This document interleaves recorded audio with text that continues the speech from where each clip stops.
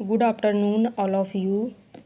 हम आज 9th standard का रियल नंबर चैप्टर पढ़ाने जा रहे हैं। ठीक है, तो हम ये रियल नंबर चैप्टर लेंगे जो चैप्टर नंबर 2 है स्टैंडर्ड 9 का। तो हमने कुछ रियल नंबर से जो रिलेटेड थ्योरी या क्वेश्चन या उनसे रिलेटेड कुछ फॉर्मूले होते हैं या उनसे रिलेटेड कुछ जो हम सारे नोट्स पॉइंट बना सकते हैं। तो हमने इसी चैप्टर को मतलब सॉल्व करने के लिए क्वेश्चन को कुछ हमने नोट्स बनाए हैं। तो हम उस नोट्स से आपको पढ़ाएंगे जिससे कि हम कम समय में आपको बहुत सारी जानकारी दे सकें। मतलब एक साथ बहुत सारे फॉर्मूले जो मतलब हमारे कॉम्पिटिटिव एग्ज़ाम में काफ़ी यूज़फुल होते हैं। ठीक है, तो हम जो हमने नोट्स बना के रखे हैं रियल नंबर चैप्टर का, तो चलो आओ दिखाते हैं पहले। ठीक है, तो हम पढ़ेंगे रियल नंबर। ठीक है, रियल नंबर को हमने देखो दो टाइप में, दो भागों में इसको डिवाइड किया है। एक तो हमने किया है जैसे रियल नंबर इंटीजर और डेसिमल। ठीक है, और इंटीजर तो आप जानते ही होंगे क्योंकि स्टैंडर्ड 9 का है। तो इंटीजर क्या होता है, 0 से स्टार्ट होते हैं।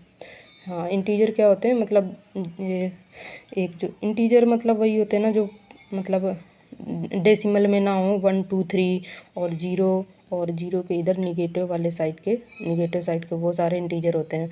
-1 -2 -3 लाइक ये सब इंटीजर होते हैं। ठीक है, ये तो पता ही होगा। फिर डेसिमल, तो डेसिमल को फिर हमने दो पार्ट में डिवाइड किया है जैसे टर्मिनेटिंग और नॉन टर्मिनेटिंग क्या होता है, शांत। टर्मिनेटिंग बोलेंगे शांत दशमलव, नॉन टर्मिनेटिंग को बोलेंगे अशांत दशमलव। शांत दशमलव जो मतलब शांत हो जाते हैं, मतलब अपॉन में कोई चीज़ लिखी है और उसको हमने डिवाइड किया रेशनल नंबर जो होते हैं, तो अगर वो उनको हम भाग दें तो उनको भाग देने में दशमलव के बाद जो संख्या बार बार रिपीट नहीं होती है, शांत हो जाती है, तो उसको हम शांत दशमलव बोलें। नॉन टर्मिनेटिंग जिसमें शांत नहीं होते, मतलब जैसे वही इन्फिनिट तक चलता रहता है, जिसको वही नॉन टर्मिनेटिंग को नॉन रिपीटिंग जो होता है जिसको हम कहेंगे। तो टर्मिनेटिंग में भी फिर उसके दो पार्ट होते हैं। टर्मिनेटिंग में एक आएगा रिपीटिंग और एक आएगा नॉन रिपीटिंग। ठीक है, जिसमें रिपीट कर रहा होगा कुछ चीज़ें बार बार, और किसी में कोई अंक जो होंगे दशमलव के बाद वो नॉन रिपीट करेंगे। ठीक है, तो अब हमने इसको बोला है अगर वो टर्मिनेटिंग है और रिपीट कर रहा है। ठीक है, टर्मिनेटिंग है और रिपीट कर रहा है तो उसको रेशनल नंबर बोलेंगे। और अगर टर्मिनेटिंग है और नॉन रिपीटिंग है तो उसको हम क्या बोलेंगे, रेशनल नंबर होगा वो। ठीक है, तो जैसे देखो ये हमने लिखा है 85/10 लिखा है ना, तो हमने 10 का इसमें हम डिवाइड करेंगे। 10 का हमने 85 में डिवाइड किया तो हमारा क्या आया, 8.5 आया। ठीक है, तो 8.5 आया तो ये तो हो गया टर्मिनेटिंग हो गया। ठीक है, अभी ये नॉन टर्मिनेटिंग होता मतलब भाग चलता जाता है और ये शांत नहीं होता। दशमलव के बाद 5 के बाद बहुत सारे अंक आते जाते और उसी को हम नॉन टर्मिनेटिंग बोल देते। तो ये तो 8.5 तो ये मतलब टर्मिनेट हो गया, तो इसलिए इसको हमने टर्मिनेटिंग रेशनल नंबर बोला। ठीक है, और यही इसमें अब जैसे टर्मिनेटिंग के फिर ये दो पार्ट थे, रिपीटिंग नॉन रिपीटिंग, तो इसमें अगर यही 5 नंबर रिपीट करने लगता तो रिपीटिंग वाला हो जाता। अगर नॉन रिपीट 5 के बाद 6 7 ऐसे कुछ अलग अलग करके आता, नॉन रिपीट नहीं करता तो वो, बट अगर रिपीट हो या नॉन रिपीट हो, टर्मिनेटिंग हो, तो उसको हम रेशनल नंबर ही बोलेंगे दोनों को। ठीक है, अब नॉन टर्मिनेटिंग हो और नॉन रिपीटिंग हो, टर्मिनेट भी ना हो रहा हो और नॉन रिपीट कर रहा हो, तो अगर दोनों ये कंडीशन अगर हो रही हैं तो हम उसको क्या बोलेंगे, इर्रेशनल नंबर। अब जैसे ये लिखा है √2 √3 √5 √7 पाई।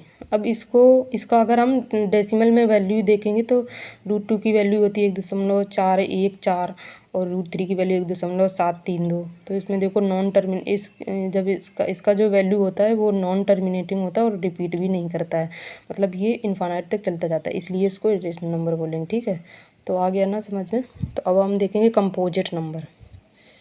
तो यहाँ से ये पूरा मतलब रियल नंबर ऐसे अपने डिवाइड होता है इन चीज़ों में। ठीक है, यही ऐसे ही क्वेश्चन आते हैं कॉम्पिटिटिव एग्जाम में। तो कंपोजिट नंबर, जैसे कंपोजिट नंबर क्या होता है, जो संख्याएं दो या दो से अधिक संख्याओं में विभाजित हो जाती हैं उन्हें हम क्या बोलते हैं, कंपोजिट नंबर।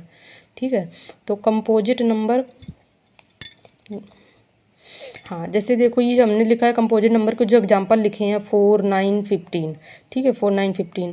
तो 4 का देखो, जैसे यहाँ पे कंपोजिट नंबर जो है जैसे 4, 9 और हमने क्या लिखे थे जैसे 15। तो हमने देखा जो संख्याओं के 2 या 2 से अधिक संख्याओं में विभाजित हो जाता है, मतलब उसके गुणनखंड या फैक्टर उनके मतलब 2 से बस अधिक हों, तो हम कह देंगे एक तो इसका फैक्टर हो गया 1 4 का है, एक हो गया 2, एक हो गया 4, मतलब इसके 2 से अधिक है ना फैक्टर, तो इसलिए ये कंपोजिट नंबर हो गया है। 9 का भी ऐसे देख लो, एक हो इसका 9 का फैक्टर एक होता है, एक होता है 3, एक होता है 9 खुद होता है, तो इसके 2 से अधिक फैक्टर हुए ना, इसलिए ये कंपोजिट नंबर हो गया। अब जैसे ये 15 का देख लो, 15 का देखेंगे तो एक होता है इसका एक फैक्टर, एक हो गया 15 खुद सेल्फ, और एक हो गया 3 और एक हो गया 5। इसके तो देखो 4 फैक्टर हैं, तो इसलिए ये क्या हो गया कंपोजिट नंबर हो गया।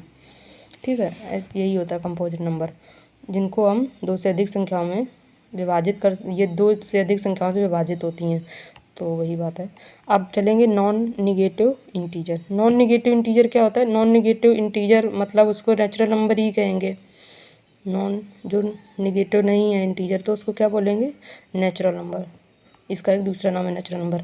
तो नेचुरल नंबर को जैसे अगर कोई पूछने लगे कि नेचुरल नंबर 1 से ही क्यों स्टार्ट होता है, तो इसको ऐसे अपनी हम लैंग्वेज में कह सकते हैं कि प्रकृति में मौजूद वस्तुओं की गणना के लिए प्रयोग की जाने वाली संख्या को हम प्राकृतिक संख्या कहते हैं।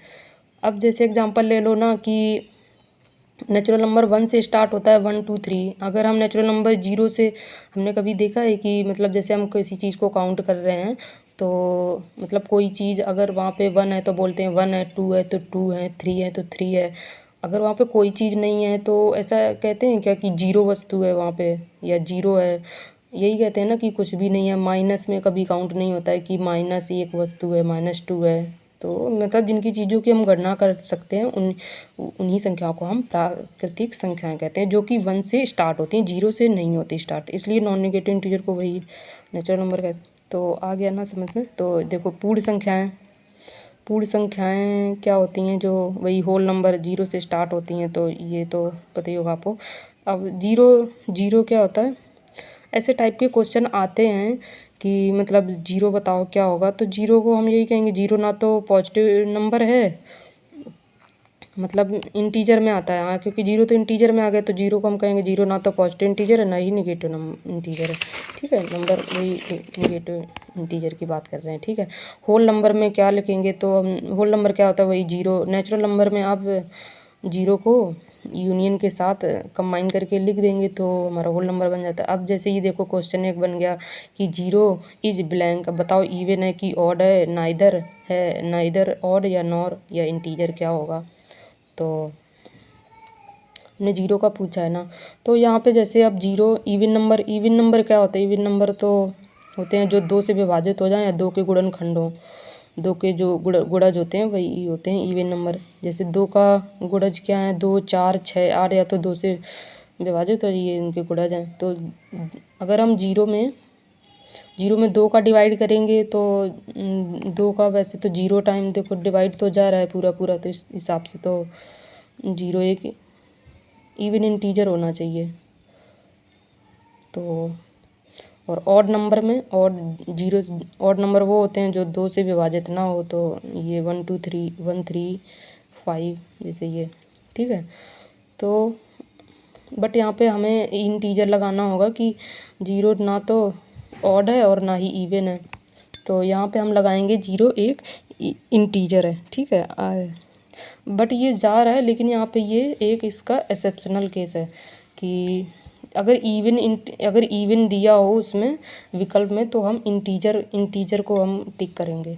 ठीक है, और अगर फिर एक इसका दूसरा ही क्वेश्चन ऐसा भी आ जाता है कि 0 इज एन और फिर ब्लैंक करना है। ठीक है, तो वही हमने देखो लिखा है, अगर इंटीजर ऑप्शन में नहीं है तो हम इवन लगाएंगे। ठीक है, क्योंकि इवन इंटीजर जो होते हैं, इवन इंटीजर ऑड इंटीजर, वो तो इंटीजर का ही पार्ट होते हैं ना, तो जो बड़ा वाला होगा, जो बड़ा भाग होगा उसको हम पहले करेंगे, जो बड़ा होगा, क्योंकि इवन इंटीजर उससे इंटीजर का ही तो पार्ट होता है ना, तो जब इंटीजर नहीं होगा ऑप्शन में तो हम इवन करेंगे। तो 0 एक इवन इंटीजर, क्योंकि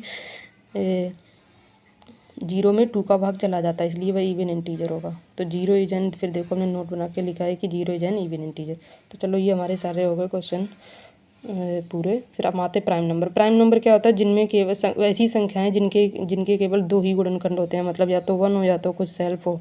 तो देखो 1 एक इवन इंटीजर है, 2 भी नहीं है, सॉरी 1 एक इवन नहीं बोलेंगे यहाँ पे, प्राइम नंबर। हाँ 1 जो हो, जैसे 2 है, 1 तो नहीं है, हाँ 1 शायद हमने यहाँ पे सॉरी गलत, 1 तो प्राइम नंबर नहीं होता है। हाँ तो मैंने उसको गलत करेंगे, ठीक है। प्राइम नंबर कहाँ से स्टार्ट होते हैं, जो जिनके गुणनखंड या तो 2 होते हैं या तो खुद स्वयं हो और 1 हो, ठीक है। तो 2 से स्टार्ट करेंगे, क्योंकि इसीलिए कहा गया कि प्राइम नंबर एक सबसे छोटा इवन प्राइम नंबर है। 2 एक स्मॉलेस्ट प्राइम नंबर है, ठीक है, इवन प्राइम नंबर है, और ये यहीं से स्टार्ट होता है। 1 प्राइम नंबर नहीं होता है। तो 3 का जैसे देखो गुणनखंड देखेंगे 1,3 है, 4 का 4 तो देखो इसके एक से ज़्यादा हो रहे हैं, 2 भी हो रहा है, तो इसलिए 4 एक प्राइम नंबर नहीं है। 5 का 1 और 5 होता है, तो 5 एक प्राइम है। तो 2, 3, 5, 7 ये सारे प्राइम। 2 इज ओनली, लिखा है कि 2 is only even prime number. 2 ही एक ऐसा है जो कि इवन मतलब प्राइम नंबर है, क्योंकि अगर इवन होता तो फिर वो प्राइम नंबर नहीं होगा ना, लेकिन 2 ऐसा है कि एक इवन प्राइम नंबर है। लीस्ट प्राइम नंबर क्या होता है, 2। 1 से 1 से 100 तक प्राइम नंबर कितने होते हैं, 25 होते हैं, ठीक है। इनको जब हम निकालेंगे तो हमारे 25 काउंट होंगे जाके, मतलब निकालने के बाद। और 1 से 50 तक प्राइम नंबर कितने होते हैं, 15 होते हैं। 50 से 100 तक 10 होते हैं। तो जब दोनों को ऐड करेंगे 1 to 100 तो 25 हो जाएंगे। तो कंपोजिट नंबर, हाँ अभी हमने कंपोजिट नंबर तो पढ़ाया था, तो उनसे रिलेटेड कुछ ये मतलब ऐसी क्वेश्चन है कि मतलब बताइए ये प्राइम नंबर है कि कंपोजिट नंबर है, तो वही हमने किया है इनको। तो कंपोजिट नंबर को हिंदी में क्या बोलते हैं, यही संयुक्त संख्याएं या भाज्य संख्या बोलते हैं, वही जिनका भाज्य मतलब जिनका उन संख्याओं में भाग चला जाए। संख्याएं जिनमें 2 से अधिक गुणनखंड, देखो वही लिखा है। एक ना तो देखो वही हम फिर देखो वही मैंने नोट में लिखा है कि एक ना तो प्राइम नंबर है ना ही कंपोजिट नंबर है। तो ये आपको याद रखना है कि एक ना तो प्राइम नंबर होता है ना ही कंपोजिट नंबर होता है। तो बताओ, बताएंगे 2 क्या है, पी मतलब प्राइम नंबर। 2 क्या है, एक प्राइम नंबर है। 3 क्या है, एक प्राइम नंबर है, क्योंकि इसमें किसी का भाग नहीं जाता, 1 और 3 होता है। 4 में तो 1 इसका गुणनखंड होता है, 2 होता है, 4 होता है, तो इसके 1 और 4 से सेल्फ होने के बाद एक और अदर है, 2 मतलब है, तो इसलिए इसको क्या बोलेंगे, कंपोजिट नंबर। 5 देखो प्राइम नंबर है, 6 देखो कंपोजिट नंबर है, 7 प्राइम नंबर है, 8 कंपोजिट नंबर है, 9 कंपोजिट नंबर है, 10 भी कंपोजिट नंबर है। तो इस टाइप से अब हम कोई भी नंबर दे दें तो हम उन क्वेश्चनों का पता कर पाएंगे कि ये कंपोजिट नंबर है कि प्राइम नंबर है, ठीक है। अब हम चलो करेंगे को प्राइम नंबर। को प्राइम नंबर क्या होता है, सहअभाज्य संख्या जिसको हिंदी में बोलते हैं। को प्राइम नंबर ऐसी संख्याएं जिनका केवल एक ही समान गुणनखंड हो, तो को प्राइम नंबर बोलेंगे उनको। या तो इनका सबसे केवल एक ही समान गुणनखंड हो, या तो फिर एक ऐसे भी तरीके से, इससे और भी इजी होगा करना आपको। ये जो हमने ब्रैकेट में लिखा है A, B का हम SCF निकालेंगे, और उसका अगर SCF 1 आ रहा है, ये बेस्ट तरीका है इसको करने का, सबसे अच्छा तरीका यही है। को प्राइम नंबर अगर आपको जानना है तो A और B का SCF निकालेंगे, अगर उसका SCF 1 आ रहा है तो हम कह देंगे कि ये को प्राइम नंबर है। गुणनखंड मतलब निकालने से थोड़ा मतलब आपको देर लगेगी, तो आप उसमें तो कभी मतलब टाइम लगेगा निकालने में, तो सबसे अच्छा बेस्ट तरीका यही, मैं तो ऐसे ही निकालती हूँ। तो SCF जिसका देखो हमने लिखा है कि SCF 1 होता है इनका। तो जैसे हमें पता करना है कि 2 और 4 बताओ को प्राइम नंबर हैं कि नहीं, ऐसे क्वेश्चन आ सकता है। तो 2 और 4 का हमने SCF निकाला, तो क्या आया, 2 आया, तो इसको हम क्या लिखेंगे, इसलिए देखो 2 आ गया, नॉट को प्राइम नंबर हो जाएगा। अगर इसका SCF 1 आ जाता तो हम लिख देते को प्राइम नंबर। 3 और 7 का को प्राइम नंबर 1 है, तो अरे SCF 1 है, तो इसलिए इसको बोल दिया को प्राइम नंबर। 35, 36 का हमने SCF निकालेंगे, तो 6 6 जा 36, 7 5 जा 35, इसमें कुछ भी कॉमन नहीं है, तो SCF इसका 1 होगा, इसलिए को प्राइम नंबर होगा। अब आ जाइए हम पढ़ेंगे twin prime number. Twin prime number क्या होते हैं, ट्विन प्राइम नंबर भी सेम इससे बिल्कुल मतलब इसी के जैसा होता है, बस थोड़ा सा डिफरेंस होता है इसमें ट्विन प्राइम नंबर में, जिनमें दोनों प्राइम नंबर हो ए और बी। बस इसमें इतना, जब आपको प्राइम नंबर निकाल रहे हो तो ट्विन प्राइम नंबर को निकालते टाइम पे बस इतना ध्यान रखना है कि दोनों प्राइम नंबर होनी चाहिए पहली बात तो, और उनका एचसीएफ, हाँ दोनों नहीं, दोनों जिनमें दोनों prime number A comma B, मतलब दो तो होंगे ही, दो का ही तो आप निकालेंगे ना ट्विन प्राइम नंबर, तभी तो आप बोलेंगे कि ट्विन प्राइम नंबर है कि नहीं। तो अगर ए और बी दोनों का अंतर अगर दो है, अंतर यहाँ पे हमें दो लिखना भूल गई, का अंतर दो हो, जिनमें दोनों prime number A comma B का अंतर दो हो, तो हम उसको बोलेंगे ट्विन प्राइम नंबर। ऐसे हम जान सकते हैं, तो जैसे ए कॉमा बी हमने उसका वही डिफरेंस लिखा है इक्वल टू 2, या तो उसका ए और बी दोनों प्राइम नंबर हो और उसका डिफरेंस अगर 2 आ रहा हो तो हम उसको बोलेंगे ट्विन प्राइम नंबर, और जहाँ पे ए बी प्राइम नंबर होने चाहिए, ठीक है। और उनका एचसीएफ तो एचसीएफ उनका 1 आना चाहिए, हाँ एचसीएफ 1 आना चाहिए, बट दोनों का अगर डिफरेंस करें तो अगर अगर उनका डिफरेंस करें हम उन दोनों प्राइम नंबर का, अगर 2 आ रहा है तो हम बोलेंगे उनको ट्विन प्राइम नंबर, ठीक है। तो अभी चलो क्वेश्चन जब सॉल्व करेंगे तो हमारा डाउट क्लियर हो जाएगा। तो जैसे 9 और देखो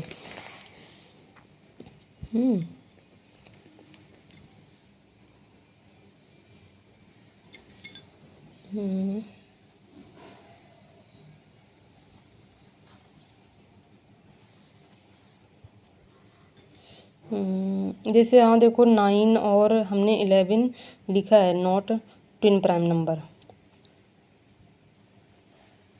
हाँ देखो ये नॉट ट्विन प्राइम नंबर इसलिए होगा, हाँ देखो यही यहाँ पे चीज़ फेल हो रही है, जैसे जो हमने बताया था कि ए और बी दोनों प्राइम नंबर होने चाहिए, ठीक है। तो 9 और 11 मतलब दोनों कंडीशन आप फॉलो होनी चाहिए कि वो दोनों प्राइम नंबर होने चाहिए और उनका डिफरेंस 2 होना चाहिए, दोनों होनी चाहिए यहाँ कंडीशन फॉलो।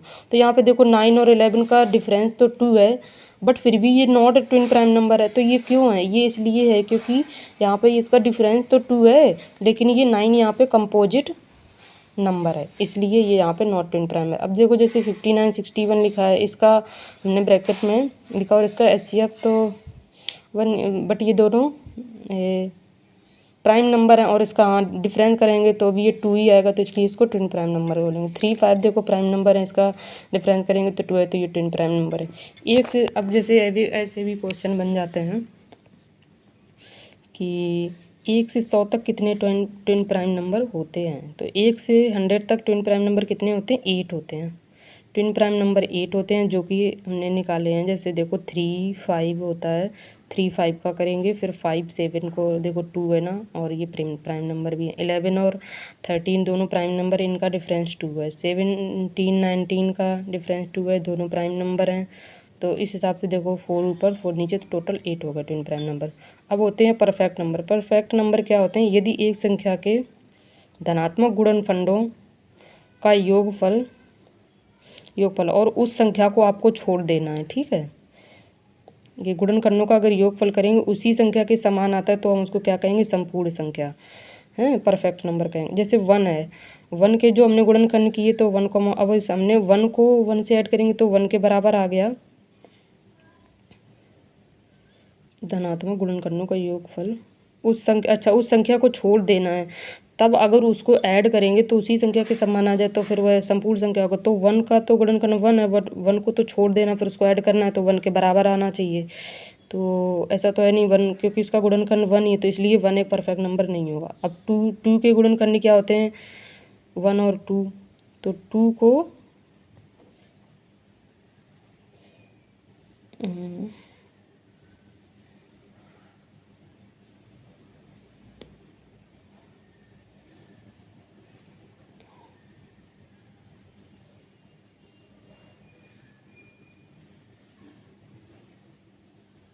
4 2 6 3 2 1,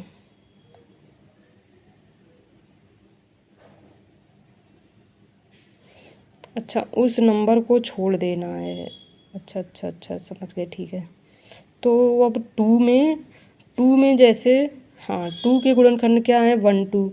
2 को मतलब काट दिया, 2 को कैंसिल कर देना, मतलब 2 को तो ऐसा इंक्लूड नहीं करना है, तो 1 1 बचा ना, तो 1 को हम इसमें ऐसा क्या जोड़ें कि 2 के बराबर आ जाए, तो 1 तो 2 के इक्वल नहीं हो सकता, तो इसलिए कहेंगे कि 2 एक परफेक्ट नंबर नहीं है। इसलिए ऐसे 3 को छोड़ के फिर 1 को करेंगे, तो फिर 1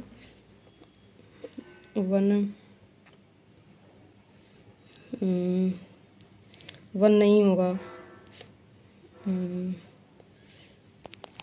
ठीक है, 1 मिनट रुक लो।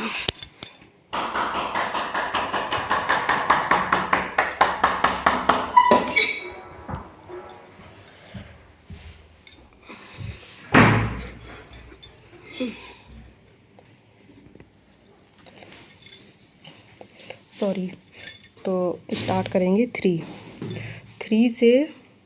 हाँ, तो अब हम 4 पे आएंगे। 4 के हम सबसे पहले गुणनखंड निकालेंगे, ठीक है। तो 4 के गुणनखंड क्या होते हैं, 1 2 4। 4 को छोड़ देंगे तो 1 और 2, 1 और 2, और 1 और 2 को ऐड करेंगे तो क्या आ जाएगा, 3। तो 4 के इक्वल नहीं है, तो हम कह देंगे इसलिए ये परफेक्ट नंबर है। तो ऐसे हम सारे निकाल लेंगे, ठीक है। इसलिए 1 भी नहीं होगा परफेक्ट नंबर, 2 भी नहीं होगा, 3 भी नहीं होगा, 4 भी नहीं होगा, 5 भी नहीं होगा, ठीक है। समझ गए ना? तो ठीक है, तो 1 से 5 तक सारे परफेक्ट नंबर नहीं होंगे, 6 होगा परफेक्ट नंबर। 6 कैसे होगा परफेक्ट नंबर, हम इसको निकाल के बताएंगे, ठीक है। तो सबसे पहले 1 और 6 के हम लिखेंगे फैक्टर। 6 के फैक्टर क्या होते हैं, 1 2 3 6। 6 को हमें छोड़ देना है, फिर 1 2 3 इसको ऐड करना है, तो 1 और 2 3 को हमने ऐड किया, देखो जैसे इसमें ऐड किया है तो क्या आया, 6 आया, ठीक है। 6 आ गया, तो वही हमने लिखा था कि यदि एक संख्या के धनात्मक गुणनखंडों का योगफल उस संख्या को छोड़कर, उस संख्या, क्योंकि हम 6 का निकाल रहे हैं तो 6 को तो छोड़ ही देना है, तो बाकी जो 1 2 3 बचे उनको हमने ऐड किया तो 6 आया, तो 6 आ गया, तो इसलिए ये हो गया परफेक्ट नंबर। तो ऐसे हम मतलब डिफरेंस निकाल पाएंगे कोई भी नंबर का, कि कोई भी परफेक्ट नंबर है कि नहीं है। चलो हम ऐसे ही कोई भी रैंडमली एग्जांपल ले लेते हैं, ठीक है, फिर उसको बताएंगे कि परफेक्ट नंबर है कि नहीं है। तो हमने 6 तो पता कर लिया है, तो जैसे चलो हम 9 ले लेते हैं, ठीक है। तो हम 9 को हम पता करते हैं ये परफेक्ट नंबर है कि नहीं है। तो हम सबसे पहले 9 के क्या लिखेंगे, गुणनखंड लिखेंगे, फैक्टर लिखेंगे। तो 1 होता है, एक 3 होता है, और एक क्या होता है, 9 होता है, ठीक है। 1 3 9 3 ही होते हैं फैक्टर, और तो कोई नहीं होता है, ठीक है। तो अब इसका हम ऐड करेंगे 9 को छोड़ के, बाकी जो फैक्टर हैं उनका अगर ऐड 9 के इक्वल आ जाता है तो हम बोलेंगे उसको परफेक्ट नंबर है, अगर नहीं तो 9 को तो छोड़ देंगे, तो 1 और 3 को ऐड करेंगे तो क्या आएगा, 4 आएगा, तो इसलिए 4 आया, 9 के इक्वल नहीं है, तो बोलेंगे 9 is not a perfect number, ठीक है। ऐसे 7 को ले लेंगे तो 7 भी एक परफेक्ट नंबर ही नहीं होगा, क्योंकि 7 के फैक्टर होते हैं 1 और 7। 7 को छोड़ देंगे तो 1 बचेगा, और 1 को ऐड करेंगे तो 7 के इक्वल नहीं होगा, तो इसलिए 7 is not a perfect number, ठीक है। तो ऐसे हम परफेक्ट नंबर को पता कर पाएंगे, ठीक है।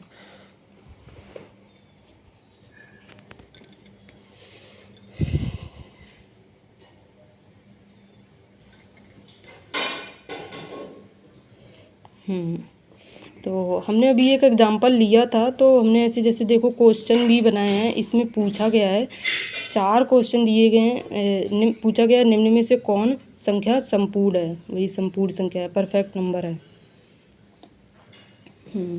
कौन संख्या संपूर्ण है, हाँ वही तो पढ़ा था ना हमने, जो ये संपूर्ण संख्या है या परफेक्ट नंबर, ठीक है। तो वही हम बता रहे हैं, क्वेश्चन इसका है।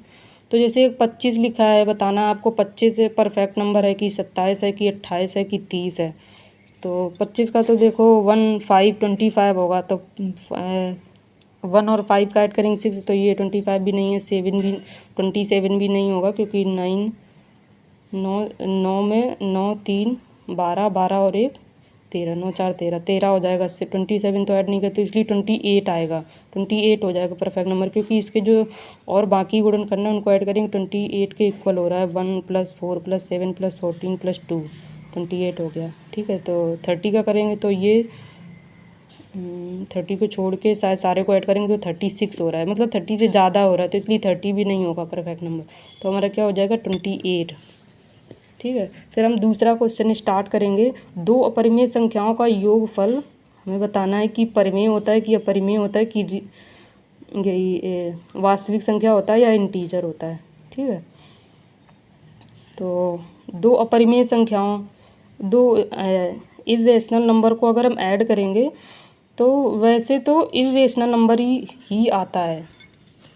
नहीं, हाँ, कभी कभी ऐसा भी हो सकता है। हाँ, देखो, चलो हम इसका एग्जांपल दे के ही समझाते हैं कि दो अगर हम इर्रेशनल नंबर को ऐड करेंगे तो हमारा क्या आएगा फाइनल रिजल्ट। जैसे हमने, चलो पहले हमने केस लिया, पहले हम दोनों संख्याएं ऐसी लेते हैं। जैसे हमने पहली संख्या ले ली √3, ठीक है, और दूसरी संख्या ले ली हमने √2। तो हमने एक संख्या ले ली √2 √3, तो दोनों को ऐड करेंगे तो √3 प्लस √2 को हमने ऐड किया तो क्या आया। अब ये दोनों ऐसे ऐड होके तो यही रहेंगे ना, √3 और प्लस √2, तो ये तो एक क्या आ गया इर्रेशनल नंबर। तो हमारा यहाँ पे तो इर्रेशनल। अब हमने दूसरा एक केस ऐसा लिया, √2 ले लिया और दूसरी ले ली माइनस की √2, तो हमने दोनों को ऐड किया तो क्या आएगा √2 माइनस √2 इक्वल टू क्या आ गया 0। तो 0 तो एक रेशनल नंबर है। हाँ, तो यहाँ से ये प्रूव हो रहा है कि दो इर्रेशनल नंबर को हम ऐड कर रहे हैं तो कभी इर्रेशनल आ रहा है तो कभी रेशनल आ रहा है। तो अब ऐसी कौन सी चीज़ है जिसमें दोनों चीज़ आती हो, तो दोनों चीज़ रियल नंबर में आती है, तो इसलिए कहेंगे दो इर्रेशनल नंबर को ऐड करने पे रियल नंबर आता है। ठीक है, तो हमारा कौन आंसर सही होगा, रियल नंबर वाला। आप समझ गए ना। ठीक है, तो रियल नंबर हमारा आंसर होगा। अब क्वेश्चन करेंगे स्टार्ट। 1 से 15 तक कितनी अभाज्य संख्याएं होती हैं। अभाज्य मतलब प्राइम नंबर। ठीक है, तो ये तो हमने बताया था 1 से 15 तक कितनी अभाज्य संख्याएं होती हैं।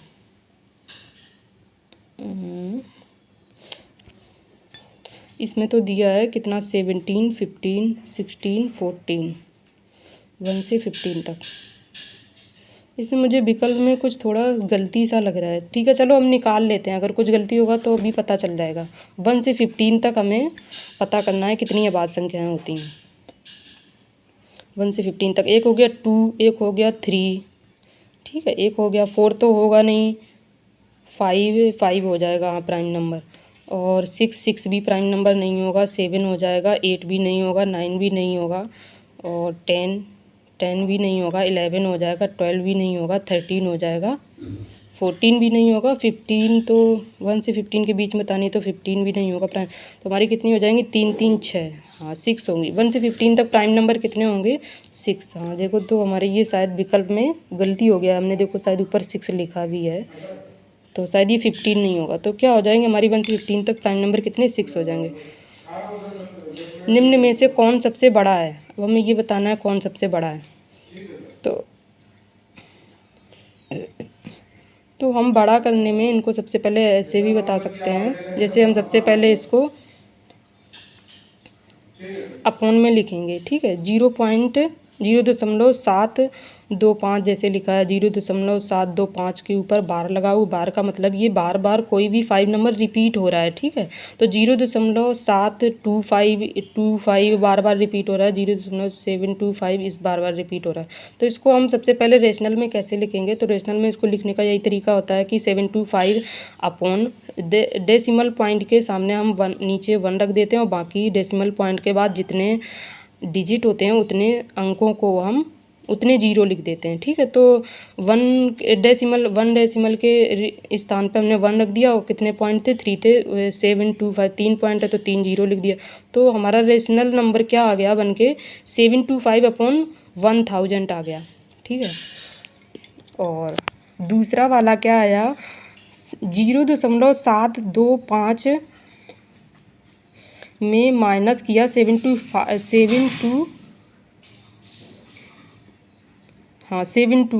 को करेंगे, और 9/9 रख देंगे और 00 रख देंगे, ठीक है।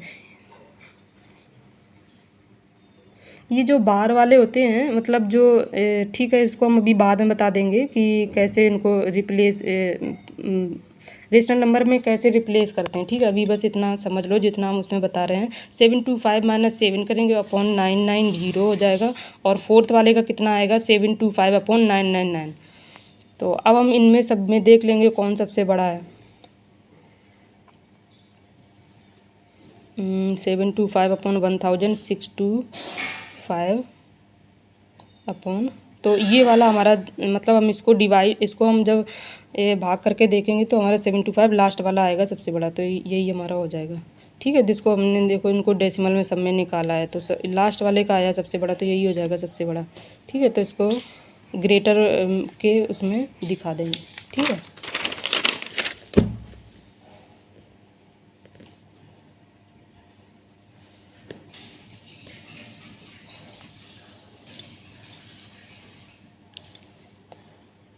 हाँ, एक देखो हमने फार्मूला ये लिखा है, जैसे अगर लिखा है, एक क्वेश्चन ये आया है कि जैसे पहले 100 सम संख्याओं का योगफल पूछा है, ठीक है। पहले 100 सम संख्याओं का योगफल, तो हमारे 100 सम संख्याओं का हमें योगफल बताना है, तो पहली संख्या हमारी कहाँ से स्टार्ट होगी, 2 से स्टार्ट होगी, ठीक है। 2, 4, 6, तो ये लास्ट वाला कहाँ तक जाएगा, 200 तक जाएगा। 200 तक क्यों जाएगा, क्योंकि जब 100 होता है तो उसमें 50 इवन नंबर होते हैं और 50 ऑड नंबर होते हैं। तो जब 100 होने में 50 हो रहा है तो 200 होने में n इक्वल टू 100 होगा ना, क्योंकि और उन्होंने 100 कह तो उसका दुगना हो जाएगा, तो लास्ट वाला नंबर क्या हो जाएगा। तो इसलिए हमें क्या निकालना है, पहले सम संख्याओं का योग निकालने का। तो ये फार्मूला होता है योग उन सभी का पदों की संख्या इंटू पहली संख्या प्लस अंतिम संख्या बटे 2। तो पदों की संख्या कितनी है, क्योंकि हमें 100 निकालना है तो n की वैल्यू तो पहले से पता है, तो 100 हो जाएगी, इंटू पहली संख्या क्या है 2 है, और प्लस लास्ट वाली संख्या क्या है 200 है, तो दोनों को ऐड करेंगे तो क्या आएगा 202, और 100 बटे 2, तो कितना आ जाएगा 50 का मल्टीप्लाई कर देंगे तो 1000, इकाई दाई सैकड़ा हज़ार 10,000, 10,000 10,000 तो 101 00 ये आ जाएगा, ठीक है आंसर।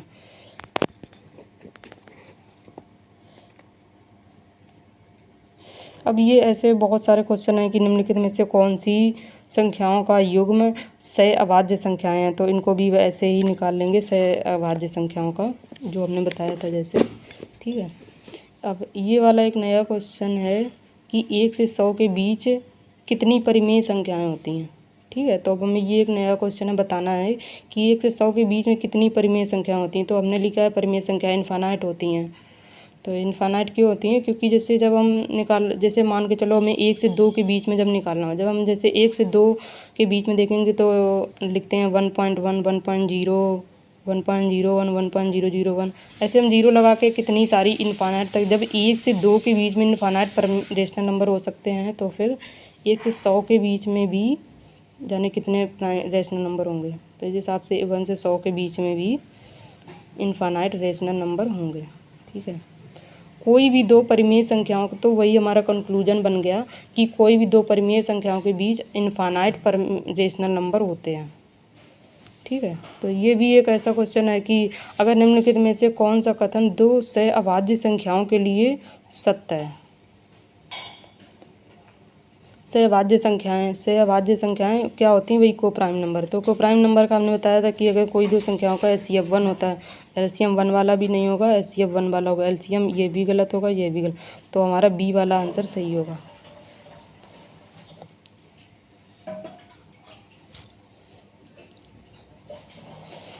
हाँ, HCF इसका क्या होगा 1।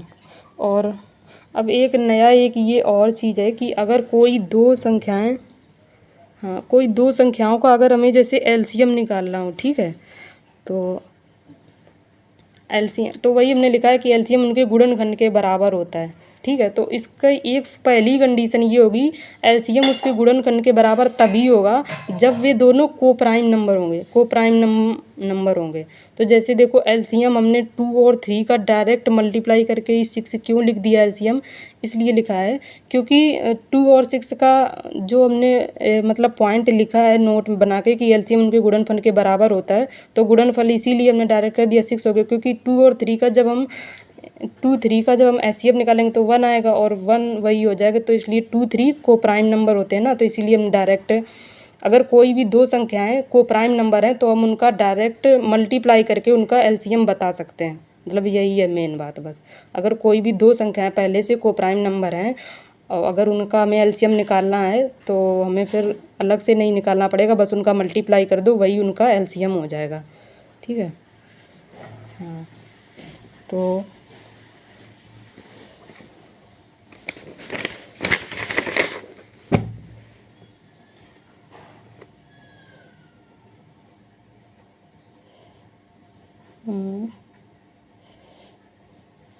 कौन सी, हाँ इसमें जैसे एक ये भी क्वेश्चन ऐसे टाइप का बनता है कि जैसे देखो निम्नलिखित में से कौन परिमेय संख्या नहीं है। अब इसमें आपको बताना है कौन सा परिमेय संख्या नहीं है, तो परिमेय संख्या नहीं है तो अपरिमेय है। तो 2 0 माइनस का 3/5 ये दो मतलब सारी परिमेय संख्या है। तो पाई पाई हमने क्या बताया था, इरेशनल नंबर है, तो पाई इरेशनल नंबर है ना।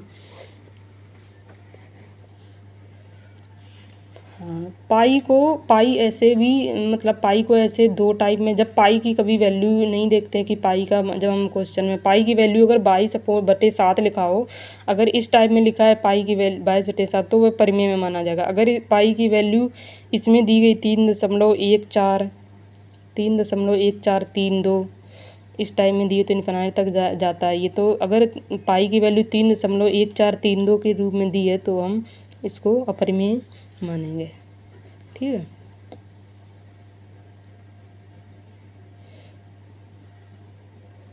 तो अब ये जैसे एक क्वेश्चन है कि 31 से कम सभी अभाज्य संख्याओं का योगफल कितना है। अब 31 से कम सारी अभाज्य संख्याएं लिख लेंगे 2 + 3 और इनको ऐड कर देंगे तो क्या आएगा, 129 आएगा। ठीक है। ऐसे इसको तो ऐसे ही क्वेश्चन मतलब सॉल्व कर देंगे, बस इसको ऐड कर देंगे। ठीक है।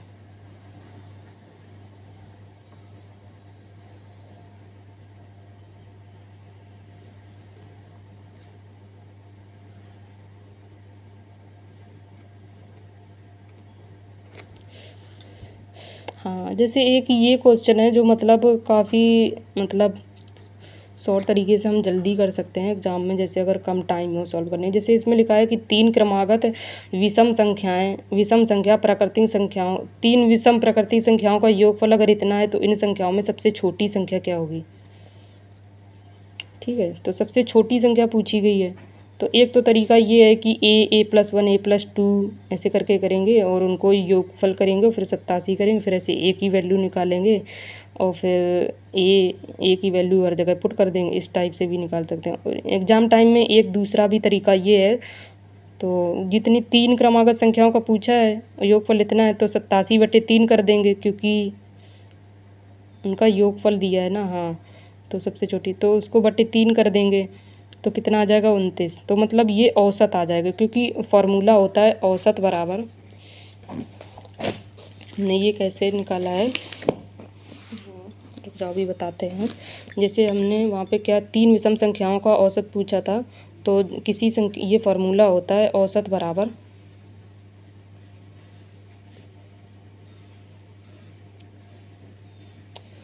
बराबर वो सारी संख्याओं का योगफल बटे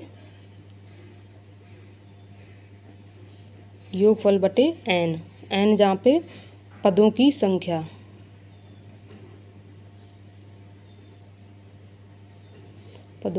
तो वही हमने यहाँ पे फार्मूला लगाया है। तो योगफल कितना दिया था 87 दिया था और पदों की संख्या कितनी थी 3, तो क्या आ गया 3 दूनी 6, 2 हो गया 3 में 27, तो कितना आ गया 27। तो औसत हमारा क्या आ गया ये 29 आ गया ना।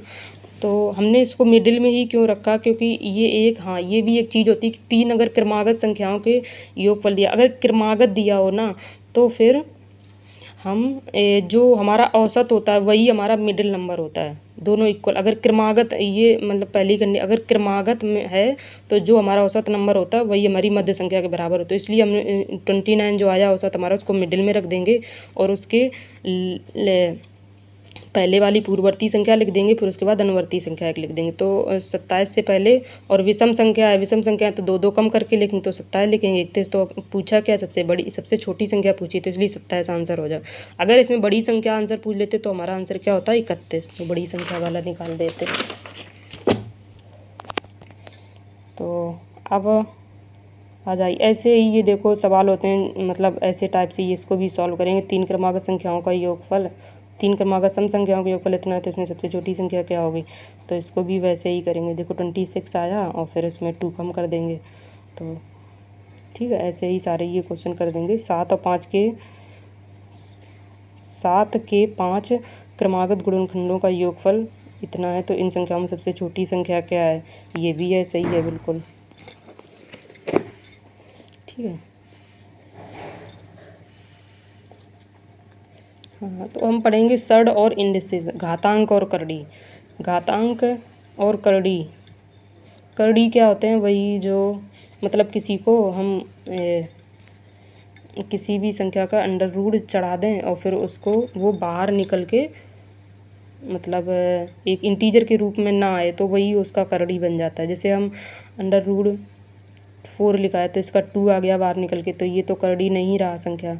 ये जैसे 25 ये भी नहीं है, ये भी नहीं है, ये सारे हमने ऐसे लिखे हैं। इनमें से कोई भी करड़ी नहीं है। हाँ देखो, जितने भी हमने ऊपर निकाले सबका हमने घात और वो उसकी घात को और करड़ी को मतलब कैंसिल हो गया ना, तो इसलिए कोई सबका इंटीजर में सॉल्व करने के बाद सारे इंटीजर में आ रही वैल्यू, इसलिए इसमें लिखा है कि इसमें कोई भी करड़ी नहीं है। अब जैसे रूट 5 लिखा है तो इसका वर्गमूल, रूट 5 संख्या क्या है, इसका वर्गमूल, इसकी पावर मतलब 1/2 है, तो ये ऐसा ही रहेगा, तो इसलिए यह एक करड़ी है, जिसको हम लिख सकते हैं। अगर हम इसको घातांक में लिखना चाहेंगे इसको, तो 5 की पावर 1/2 इसकी घात हो जाएगी, जिसको घातांक बोलेंगे। जैसे अंडर रूट मतलब 9 की पावर 1/3, तो ये भी एक करड़ी है, क्योंकि ये सॉल्व होके बाहर इंटीजर में नहीं आ पाएगा, तो ऐसे ही जान पाएंगे। अब इसमें बताना है कि कौन सा कथन गलत है। Square has 4 sides, square has 4 sides, 2 की पावर 1 है, 2 की पावर 10 इज इक्वल टू ये 2 की पावर 1, ये करड़ी है। सभी अपरिमेय संख्याएं करड़ी होती हैं, तो इसमें ये ऊपर वाले तो सारे क्वेश्चन सही हैं, बट हमें बताना है सारी अपरिमेय संख्याएं क्या करड़ी होती हैं, तो बोलेंगे नहीं, क्योंकि सारी अपरिमेय संख्याएं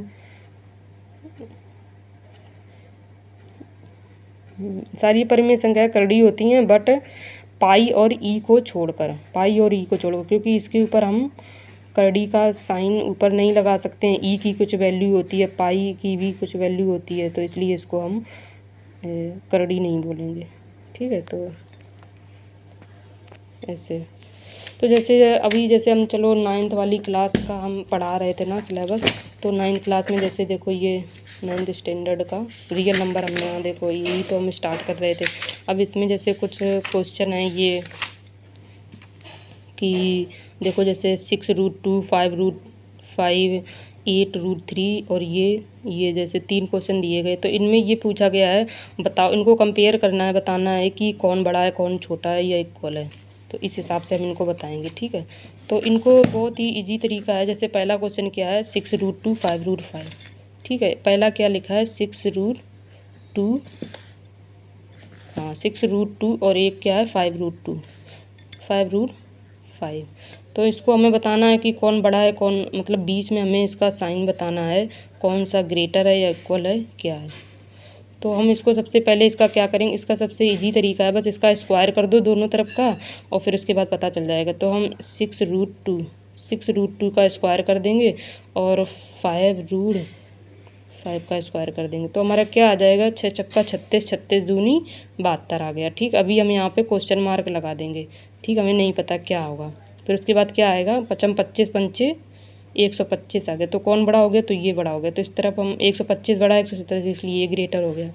तो ये इसी टाइप से हम ये भी वाला क्वेश्चन ऐसे ही सॉल्व करेंगे। देखो इन्होंने वैसे ही किया, तो कि 5√5 बड़ा है, ठीक है, ऐसे ही किया इसको सॉल्व। फिर दूसरा वाला सवाल देखो ऐसे, इसको भी स्क्वायर कर देंगे दोनों टाइप का और फिर देखेंगे तो क्या आएगा। तो इन्होंने देखो स्क्वायर करेंगे तो क्या आएगा, दोनों इक्वल आ जाएंगे, 192 आएगा, तो इसलिए इक्वल का बीच में साइन लग जाएगा। इसमें देखो 7 सत्ते, इसमें भी स्क्वायर 7 सत्ते 49 दूनी 98, 55 25 तियाँ 75, तो 98 बड़ा है तो इसलिए ये ग्रेटर होगा।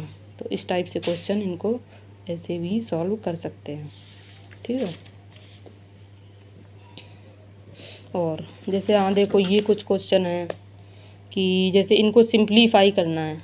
अब जैसे इसको सिंप्लीफाई करना है, इसको 7√3 + 29√3, अब इसको ऐड करना है, क्या आएगा 7 चलो हम इसको सॉल्व करके बताते हैं कि इसका क्या आएगा। 7 क्वेश्चन लिख लेते हैं, 7√3 + 29√3, तो दोनों को ऐड करेंगे तो ये इसमें इसकी कंडीशन ये होती है पहली, ये दोनों मतलब टर्म तभी ऐड होंगे जब इनका ये रूट वाला जो कर्डी होगा ये सेम से ऐड होते हैं। अगर यहाँ पे कुछ ऐसा, अभी चलो हम दूसरा क्वेश्चन कुछ बना के देखेंगे तब ऐड करेंगे। तो इसमें देखो ये दोनों सेम है तो इसलिए इसका ऐड होगा, तो 29 और 7 कितना हो गया, 29 में 7 ऐड करेंगे कितना आएगा, 9 7 16, 1 हासिल 2 1 3, तो क्या आ गया 36√3 आ गया। बस इसको सॉल्व करके देखो इतना ही आ रहा होगा, 36√3, देखो यही आया आंसर, ठीक है। अब इसको यही जैसे 7√3 इसमें माइनस कर दो तो बस उसको घटा देंगे तो कितना आ जाएगा -22√3। एग्जाम्पल नंबर 2 में देखो ऐसे ही है, ठीक है। मतलब हाँ जितने एग्जाम्पल 3 भी देखो वैसा ही है, एग्जाम्पल 3 भी वैसे ही, मतलब जो सेम वाले हैं वो उसी से ही ऐड होते हैं या तो सब्ट्रैक्ट होते हैं। अब जैसे अब एग्जाम्पल नंबर 4 दिया है, एग्जाम्पल नंबर 4 में देखो 8√5 + 20, अब इसको पहले सिंप्लीफाई करेंगे, इसका कर्डी में इसको लाएंगे तो 8√5, तो अब इससे ज़्यादा ब्रेक नहीं हो सकता है। 20 को 24 के गुणन वो लिखेंगे 4 × 5 गुणन करनोगे तो 4 को बाहर ले आएंगे 2 हो जाएगा, 2√5 हो जाएगा -5√5। अब इसको ऐड कर देंगे 8 + 5 - 5, तो आ जाएगा आंसर क्या आ जाएगा टोटल 5√5। मल्टीप्लाई देखो कैसे करते हैं, मल्टीप्लाई 7√7 × √72, तो जैसे ये लिखा है,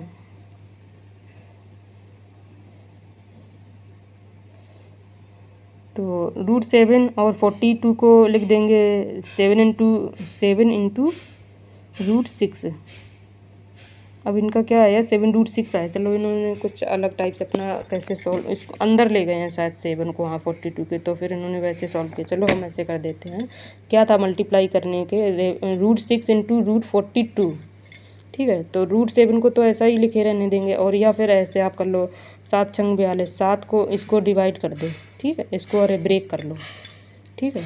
तो ऐसे हो जाएगा √7 × √6, और रूट में जो दो वैल्यू अगर इसकी पावर ये हमें इस अगर ऐसे 2 में लिखा हो तो वो 7 बाहर आ जाता है, क्योंकि जैसे इसको 7 के अंदर ×7 लिख देंगे तो यही तो होता है ना, 7 बाहर आ जाता है, तो इसका क्या आ जाएगा 7√6 आ जाएगा आंसर, ठीक है। देखो यही आया 7√6 आया है, ठीक है। इस टाइप से ही ऐसे ही हम मतलब इरेशनल नंबर जो होते हैं उनका ऐड करेंगे, मल्टीप्लाई करेंगे, इस टाइप से हम ऐसे कर सकते हैं, ठीक है। ऐड सब्ट्रैक्ट मल्टीप्लाई, और अब हमें एक डिवीज़न और करना है, डिवीज़न और देखना है कि कैसे मतलब हम डिवाइड करते हैं, ठीक है। तो चलो डिवाइड वाला और देख लेते हैं, क्योंकि इरेशनल नंबर को ही तो मल्टीप्लाई और सब्ट्रैक्ट ऐड करने में थोड़ा प्रॉब्लम होता है, इन्हीं को ही सीख लेंगे, बाकी चीज़ें तो इजी होती हैं, आपको आती होंगी, ठीक है। तो जैसे अब एक ये क्वेश्चन है, क्वेश्चन नंबर 8 है जो प्रैक्टिस सेट 2.3 का क्वेश्चन नंबर 8 का सेकंड वाला हम चलो सॉल्व करते हैं। √125 डिवाइड बटे √50, ठीक है। √125 बटे, यही तो लिखा है ना क्वेश्चन, √25 बटे √50, ठीक है। अब इसका हम देखेंगे आंसर क्या आता है, इसको सॉल्व करेंगे, ठीक है। तो सबसे पहले हम लिख लेंगे इसको 55 25 पंचे 125, तो इसको हम क्या लिख लेंगे 5 की पावर 2 × 5, और डिवाइड होता है, डिवाइड का मतलब होता है 1/, √50, ठीक है, यही होता है। ठीक है, तो 5 का स्क्वायर है तो 5 तो बाहर आ जाएगा और इंटू √5 हो जाएगा बटे, और ये नीचे का जो है 5 25 दूनी 50, तो 5 इसका भी बाहर आ जाएगा और बचे √2। तो 5 से 5 क्या हो जाएगा डिवाइड, तो आंसर क्या आ जाएगा √5/√2, ये हमारा आंसर हो जाएगा √5/√2। और या तो इसको ऐसे भी कभी कभी लिखा होता है √5/√2, तो हमारा ये दोनों आंसर सही है, यही आएगा।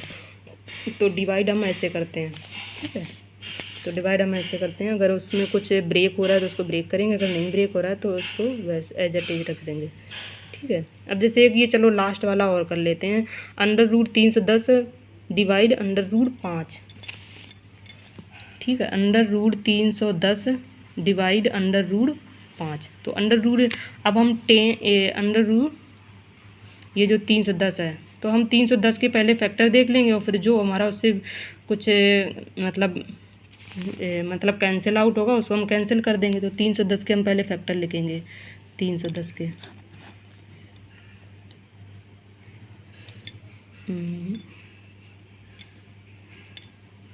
2 से यहाँ पहले करेंगे, 2 1 जा 2, 2 5 जा 10, 2 5 जा 10,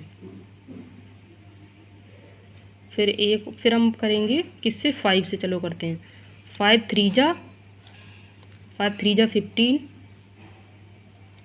5 दिया 5 8 31 आ गया, ठीक है। अब 31 तो किसी से डिवाइड होगा नहीं, तो 31 नहीं है 31, तो हमारे कितने आ गए, तो क्या आ गया 2 × 5 × 31 और डिवाइड √5 है, तो इसका मतलब है यहाँ पे कुछ भी कैंसिल, हाँ √5 कैंसिल हो जाएगा, तो हम इसको ऐसे लिख देंगे, 31 दूनी कितना हो गया 62, इसको एक साइड लिख लेंगे, √5 को ऐसे लिख लेंगे, तो √5 से √5 कैंसिल, तो हमारा आंसर क्या आ गया √62/1, क्योंकि नीचे का तो √5 कैंसिल ही हो गया, तो √62 आ गया हमारा आंसर, ठीक है। तो डिवाइड वाले क्वेश्चन ऐसे करेंगे।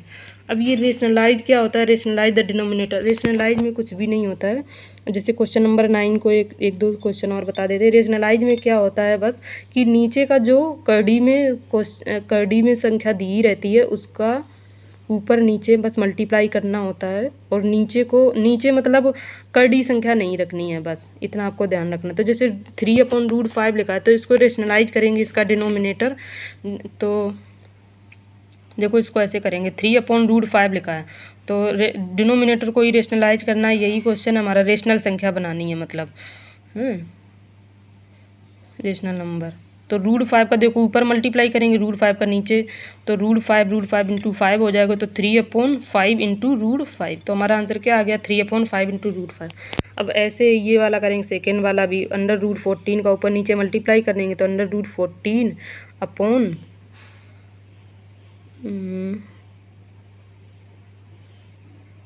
√14/14 आ जाएगा, और √14/14,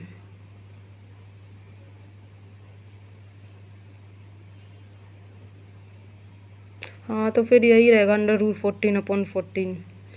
फिर जैसे ये है 5/√7, इसमें भी ऐसा ही करेंगे, 5 × √7 मल्टीप्लाई कर देंगे, अपॉन नीचे 5/7 × √7 आ जाएगा। बस नीचे वाली जो करड़ी में संख्या दी रहती है अंडर रूट में, उनको बस उनका उसी सेम संख्या से मल्टीप्लाई ऊपर नीचे कर दिया जाता है, तो उसका नीचे का डिनोमिनेटर रेशनलाइज हो जाता है। बस यही इनका मतलब सॉल्व करने का वो मेथड होता है, और कुछ भी नहीं। चलो अब इतने सारे क्वेश्चन मैंने करा दिए हैं, अब आपको इतने काफ़ी बेनिफिट करेंगे, ठीक है। चलो अब बंद करते हैं, ठीक है।